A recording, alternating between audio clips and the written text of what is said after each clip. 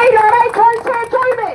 একটা ওপিডি আমরা আজকে বন্ধ রেখেছি, খুবই লজ্জার সাথে জানাচ্ছি, বাধ্য হয়েছে এই ওপিডি বন্ধ করতে। আমরা চাই না এইরকম পরিষেবা বন্ধ করতে। এক্ষুনি আমরা আসছি না, একটা অ্যাম্বুলেন্স গেল, আমরা